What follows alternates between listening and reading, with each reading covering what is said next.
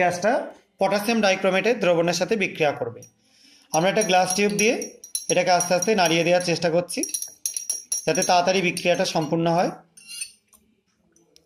দেখো সলিউশনের কালারটা দেখতে পাচ্ছ আস্তে আস্তে চেঞ্জ করে যাচ্ছে এবং আস্তে আস্তে একটু গ্রিনিশ হয়ে যাচ্ছে, সবুজাভ হয়ে যাচ্ছে এবং তার সঙ্গে টার্বিড হয়ে যাচ্ছে, দেখো ঘোলাটে হয়ে যাচ্ছে।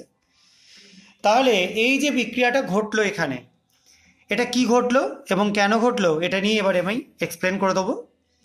মেনলি আমরা এখানে যখন নিয়েছিলাম প্রথমে, সেখানে ছিল কি পটাশিয়াম ডাইক্রোমেট সলিউশন K2Cr2O7, সেটা অ্যাসিডিক মিডিয়ামে Na2S দিয়েছিলাম, তার সাথে রিয়াকশান করে H2S তৈরি হয়েছে। সেই H2S এখানে পটাশিয়াম ডাইক্রোমেটের সাথে বিক্রিয়া করে K2SO4 Cr2SO4 হোল থ্রাইস বা ক্রোমিক সালফেট এই জিনিসটা তৈরি করছে। তার জন্য এই সলিউশনের কালারটা দেখো আস্তে আস্তে গ্রিনিশ হয়ে যাচ্ছে, সবুজাভ হয়ে যাচ্ছে।